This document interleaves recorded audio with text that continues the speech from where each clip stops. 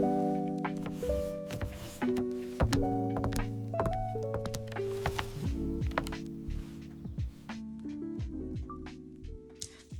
and welcome back to my channel. My name is Jay Tracy. On my channel, we keep the conversation going about post-traumatic growth and safe and unsafe adults and boundary education. I ordered a 4-book bundle and I am live reviewing all 4 books here with you. This way you guys can kind of get a peek into what's inside and make a decision on whether this is something you might want to integrate into your family or classroom or care situation or anything working with kids. This one is the first book, Where Hands Go, and then the second book is the rule book. So these two come together. I went over the first one in a previous video, so if you would like to see that, I can link it here or also in the description. The first book is called Where Hands Go, An Introduction to Safe and Unsafe Touch. And book number 2 here is Where Hands Go, Body Safety Rules, book number 2. They have very similar covers. The cute little girl with the Afro puff pigtails, she's got her hand up and on it is written stop. And the artist here is Ananta Mohanta. Hopefully I'm saying that correctly. All right, I have not yet opened this book and I'm going to open it for the first time here with you guys. So here we go. Beautiful cover artwork, by the way. The last book also had really beautiful work. Where Hands Go, Krystaelynne Diggs. She is an author up here in Northern California, and she has an entire collection on body safety books. She says, welcome to the second book in the Where Hands Go series. This book is intended to start meaningful conversations between children and their caretakers about body safety.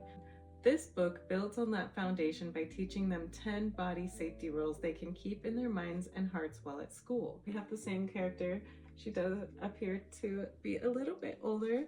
We're back in her same bedroom with the beautiful lighting. Number 1, you are the boss of your own body. It doesn't belong to anybody else. If you don't want to be touched, you have the right to say no. And then you can get up and off you'll go. And so it's showing her interacting with the bus driver, and it looks like she's holding up her finger and saying no to whatever interaction might be going on there. And she's got kind of a fierce expression, which I love. And the other children are looking at her in admiration. Number 2.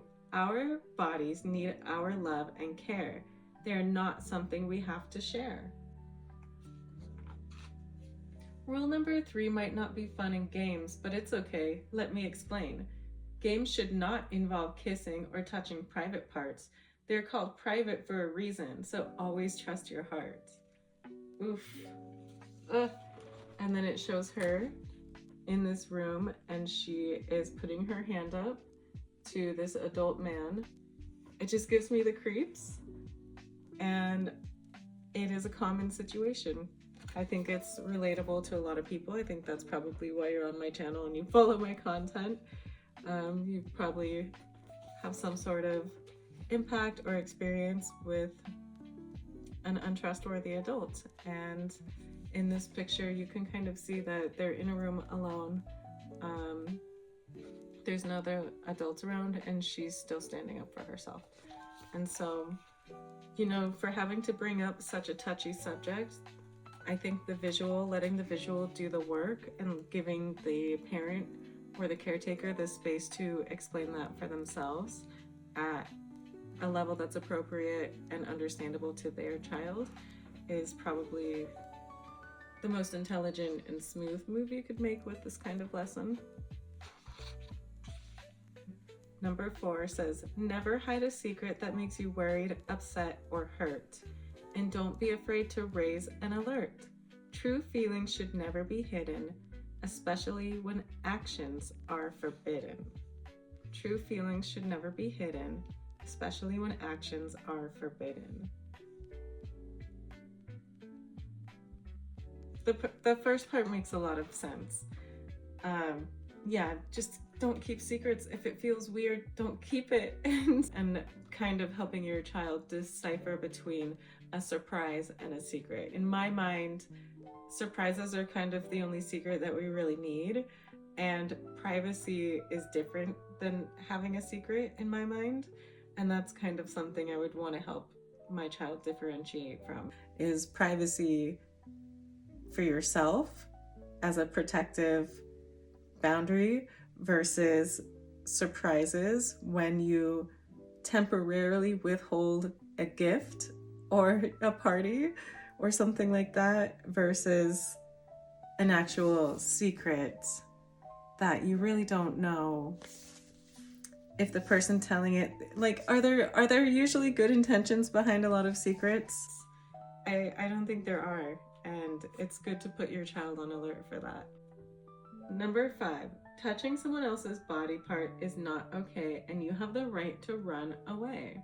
And it's just got these 3 kids walking together. There's nothing icky going on, so they're giving you a little bit of a break from that creepy feeling, which is nice.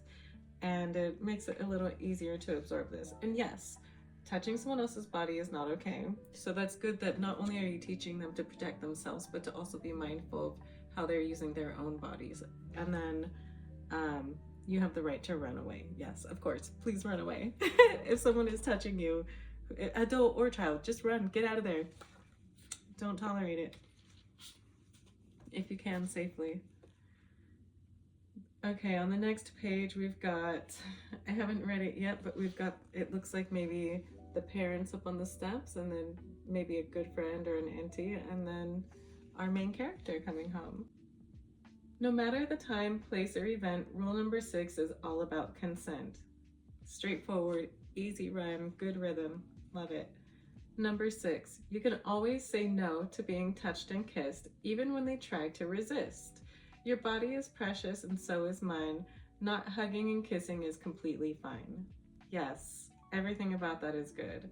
And I love that they worked in the fact that people might resist, because a lot of times with the older generations especially, or somebody who just is not boundary aware, a lot of times they will push back on your boundaries. Most times people will push back on your boundaries, and I think that's an important part of the lesson to include, because they're going to really need to strengthen that muscle of repetition and really holding their ground. So it's good to mention that there will be resistance, most likely.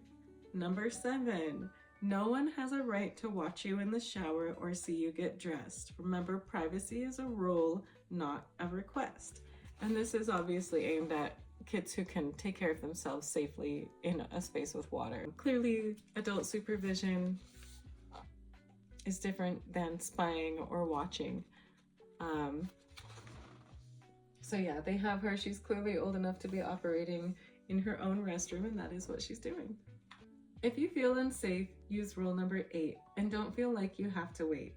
Feelings are important, don't keep them inside. If something feels wrong, you should not have to hide. And it has her looking like she doesn't feel so great on her bed. She's sitting with her knees curled up to her chest. And she looks uneasy.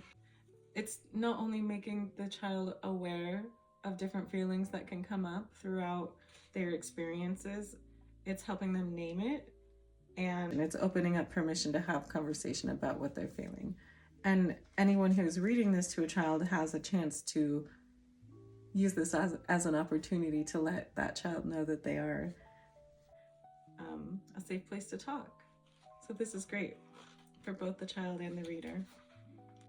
Number 9, always speak to someone trustworthy, either family or a friend, and it will all be fine in the end.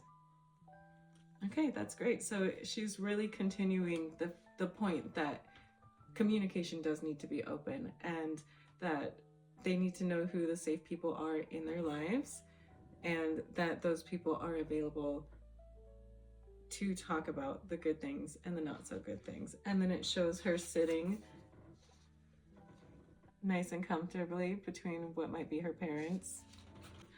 If you're a child just kind of looking at the pictures, you can relate this to maybe hopefully what you see going on around you, or not seeing going on around you, and you can kind of judge the behavior. You can start to see other examples outside your family. Number 10, hands can be gentle, hands can be kind, but if they're not, then speak your mind. That's great. That's an easy one to remember. And that kind of summarizes all of them together. Hands can be gentle, hands can be kind, but if they're not, then speak your mind. Use these rules wherever you go. Your power is in what you know. This is great. And then it's got the Kids Again Foundation in the background, which is Krystaelynne's foundation. I will link that below as well. Okay, and then that is the end of the book. She's got her resources listed back here. She's got more information about predators and grooming. She's got gift giving, sharing secrets, different tactics that groomers use. Where does child essay happen? How can I help my child? This is wonderful. What I really like about this is that she's really encouraging responsible education. She's giving you resources. She's giving you outside sources, and she's giving you an intentional and structured way to use these books. And that tells me that she did put a lot of time and work into making sure that these were carefully relayed, and it makes me excited. Well, let's see what some of this says. The perpetrator may share secrets with the victim to make them feel special and grown up, then use this information later to threaten the victim so they don't tell anyone what happened. That is on point. Yes, that is exactly what happens. And it's like they all take from the same playbook. Studies show that 91% of child SA happens at home, not in public spaces or in the street. Teach your children about body safety and keep them safe. If a child ever tells you they've been abused, always believe them. Yes, this is great. I love this book. Not only does it convey the message to the children, but it gives guidelines and structure on how to open the conversation at home or in a caretaking position. So if you struggle to find the words for yourself, it's all here, along with the resources. She really put a lot of thought and intention into this. If you think your child has been SA'd, acting quickly is essential. Notify authorities and get your child help. The National Center for Missing and Exploited Children recommends 4 steps to take when you suspect a child has been abused. Report, preserve, investigate, and protect. Call 911 or your local police department immediately. You may also contact a child advocacy center or another victim assistance program in your area for guidance. Because it's hard to have all the answers, and sometimes we just need somewhere to go. So this book is actually a resource as well. It's not just a children's book that you can read for cute little rhymes to help you keep your hands to yourself. It's actually a book of resources for the adults or anybody involved. This is wonderful, and it makes me feel like we're kind of closing in on predators. You know, they thrive in the dark and they thrive with secrecy. And if you take away their ability to hide and all they have is exposure, then you're protecting yourself through education. You're protecting yourself through communication and arming your child with their own discernment and tools to call for help. It's a tough conversation. It's not an easy one to have. Nobody wants to have it, but we need to have it if we want to live in a society, in a community that offers fewer and fewer opportunities for predators to succeed.